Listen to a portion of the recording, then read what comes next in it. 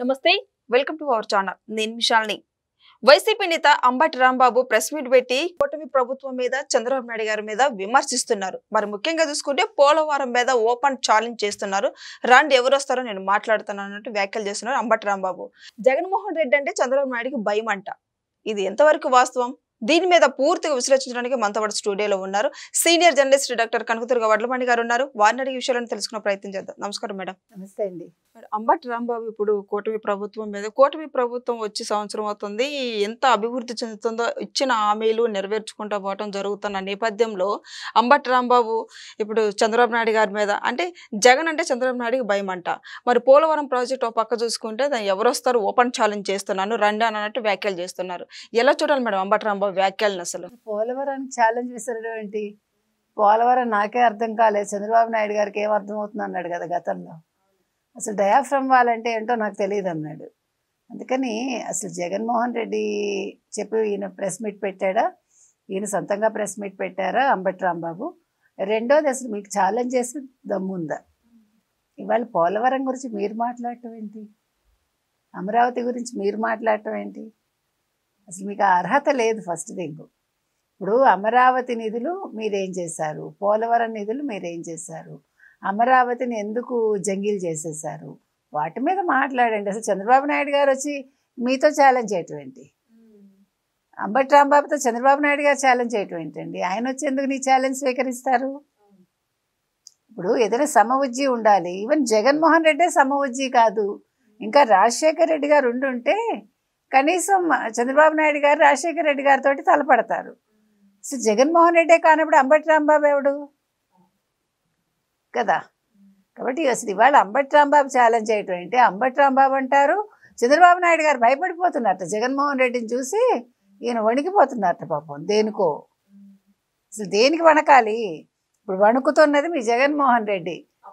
ఇది నారాయణ స్వామి అప్రూవర్గా మారిపోయాడని భయపడి వస్తున్నాడు ఆయన. అక్కడ ఆయనేమో నేను జగన్ నాకేమీ చెప్పలేదు అని ఆయన అంటాడు.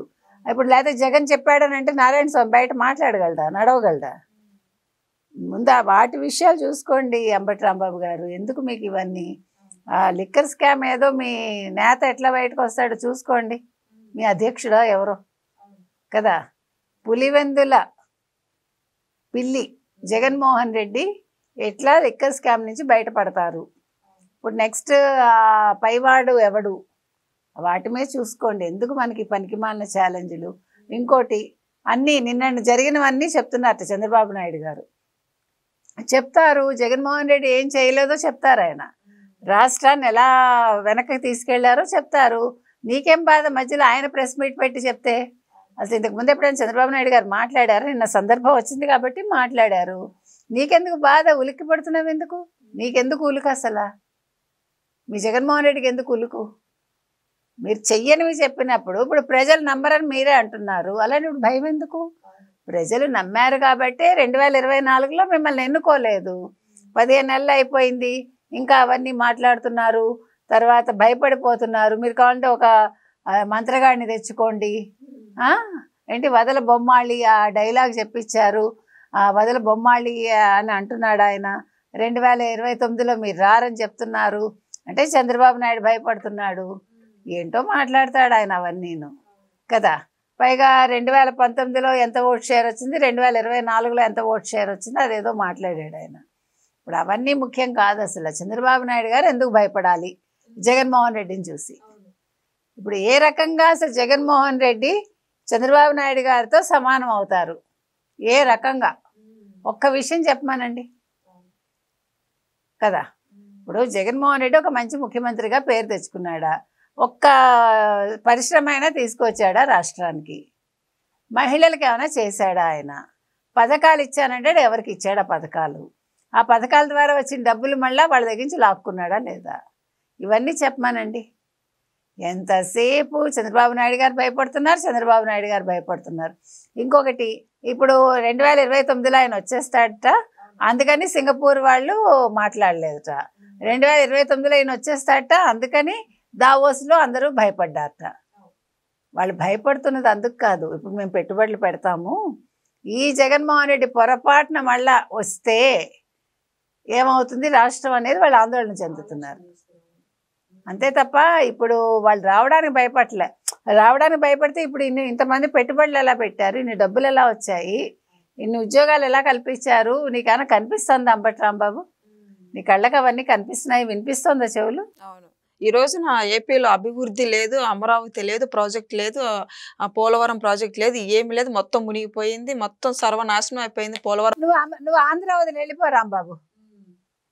నేను ఒక్కటే చెప్తున్నా వైసీపీ వాళ్ళకి, దయచేసి ఆంధ్ర అభివృద్ధి చెందలేదు కదా, మీరందరూ రాష్ట్రం వదిలిపెట్టి పారిపోండి, అసలు దరిద్రం వదులుతుంది. ఎందుకంటే మీరు అభివృద్ధిని చూసి ఓర్వలేరు, అభివృద్ధి లేదు అని చెప్తారు, ప్రజలు ఎప్పుడో తరివేస్తారు చెప్తున్నా. ఎందుకంటే ఇప్పుడు అభివృద్ధి ఉంది కాబట్టి ప్రజలు హ్యాపీగా ఉన్నారు, సూపర్ 6 ఇంప్లిమెంట్ అయింది కాబట్టి ప్రజలు హ్యాపీగా ఉన్నారు. దివ్యాంగుల పెన్షన్ మీద మీరు అన్యాయంగా మాట్లాడతారు, మీ వాళ్ళే కదా అలా మోసమైన ఒక వీడియోలు చేస్తున్నారు. దివ్యాంగుడు కాకపోయినా దివ్యాంగుడు అని చెప్పి పెన్షన్ తీసుకున్నాడు కదా, గతంలో మీ హయాంలో 1,00,000 మంది దాకా మీరు ఇచ్చారట, చూసుకోండి. ఇప్పుడు అవన్నీ బయటకు వస్తే మీరు మొహం ఎక్కడ పెట్టుకుంటారో చూసుకోండి. ఒక్కటేనండి వైసీపీ వాళ్ళు చేయాల్సిన పని ఏంటంటే, రాష్ట్రం అభివృద్ధి చెందట్లేదు కదా, మీరు ఎందుకు అక్కడ ఉంటారు, మరి వెళ్ళిపోండి. మిమ్మల్ని ఎవడు ఉండమని ఏడ్చాడు? ప్రజలకు నచ్చితే ఉంటారు, లేకపోతే ప్రజలు తేల్చుకుంటారు. ఇప్పుడు ప్రజలు సంతృప్తిగా ఉన్నారు కాబట్టి వాళ్ళు హ్యాపీగా ఉన్నారు, మీరు సంతృప్తిగా లేరు కదా. అసలు ఆ రాష్ట్రంలో ఉండకండి, మీకు వేరే చోట ఆస్తులు ఉన్నాయి కదా మీ అందరికీ. అక్రమంగా సంపాదించుకున్న ఆస్తులు not only Jaganmohan Reddy entire టీంకి ఉంది. కాబట్టి మీరు ఎలాంకి వెళ్తారో లేదు, మీ జగన్మోహన్ రెడ్డితో పాటే ఉండండి. అసలే భయస్తుడు మీ జగన్మోహన్ రెడ్డి, వణికి చచ్చిపోతాడు. కాబట్టి కాపలాగా ఉండండి. ఇప్పుడు అసలు ఏం చేయాలి అని మల్లగులాలు పడుతున్నాడు న్యాయమూర్తులతో అక్కడ కూర్చుని.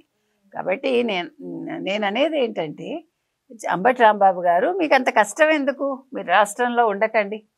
మీరు 29లో వస్తామని కలలు కంటున్నారు కదా, వస్తే అప్పుడు వద్దురు, కానీ రాకపోతే శాశ్వతంగా మీరు వేరే చోట పర్మనెంట్ రెసిడెన్సీ తీసుకుందరు. కానీ మరి నెక్స్ట్ జగన్మోహన్ రెడ్డి ప్లాన్ ఏంటి మేడం? మొన్నేమో రాజమండ్రి పర్యటన అన్నారు, రేపు ఇంక మళ్ళీ ఏమో తిరుపతి పర్యటన అంటున్నారు, ఎలా చూడాలి మేడం?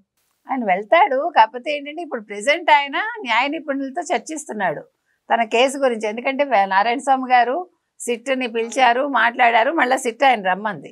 ఈసారి సిట్ రమ్మందంటే ఆయన అరెస్ట్ చేసే అవకాశం ఉంది. కాబట్టి జగన్మోహన్ రెడ్డి ఇప్పుడు భయపడుతున్నాడు. ఇప్పుడు ఈ లిక్కర్ స్కామ్ని పడదోవ పట్టించడానికి, లేదా పక్కదారి పట్టించడానికే అంబటి రాంబాబు ఈ రకంగా మాట్లాడుతున్నాడు. మీకు ఇప్పుడు అర్థమైంది కదా. అంటే జగన్మోహన్ రెడ్డి అరెస్ట్ అవుతాడనే భయం వాళ్ళలో ఉండి, ఈ విషయం ప్రజలు ఎక్కడ మాట్లాడతారో అని దాన్ని మసిపూసి మారేడికాయ చేయడానికి ఇవాళ చంద్రబాబు నాయుడు గారు నిన్న జరిగినవన్నీ ఎత్తుతున్నారు. ఎప్పుడో అంటే జరిగాయని ఒప్పుకుంటున్నావు కదా నువ్వు. ఇప్పుడు నువ్వు ఏం చెప్పినా జరిగాయని ఒప్పుకున్నావు. ఇప్పుడు మనం చెప్తున్నది అదే, జగన్మోహన్ రెడ్డికి శత్రువులు ఎక్కడో లేరు, తన పక్కన ఉండే వాళ్ళే శత్రువులు, వాళ్ళే ఆయన గురించి నిజాలు చెప్తారు, ఆయన రోడ్డుకి ఈడుస్తారు అని మనం గతంలో చెప్పాము. ఇవాళ అంబటి రాంబాబు అదే మాట్లాడారండి. కొత్తగా చెప్పింది ఏమీ లేదు. మా నాయకుడు తప్పు చేశాడు, 5 ఏళ్ళు ఆయన ఏమీ పాలించలేదు, అవినీతి చేశాడు అని ఆయన మాటల్లోనే మనకు అర్థం అవుతుంది. కాబట్టి అంబటి రాంబాబు గారు, మీరు రాష్ట్రంలో ఉండకండి, హ్యాపీగా బయటికి వెళ్ళిపోండి. ఎలాగా మీ జగన్మోహన్ రెడ్డి జైలుకి వెళ్తారు ఖాయం. అది ఇంకా దీని గురించి ఇంతకంటే ఆయన పాప గొంతు చించుకోవటం అనవసరం, అది మనం చెప్తాం. సో ఇదని చూసారు కదా అంబటి రాంబాబు వ్యాఖ్యలు, వాళ్ళు తప్పులు చేసిన కప్పు పుచ్చుకోవడానికి అంబటి రాంబాబు ఏమైనా మాట్లాడుతుంటారు. అయితే ఇంకేం జరుగుతుందో నెక్స్ట్ వీడియోలో అయితే తెలుసుకుందాం. Thank you madam. Thank you.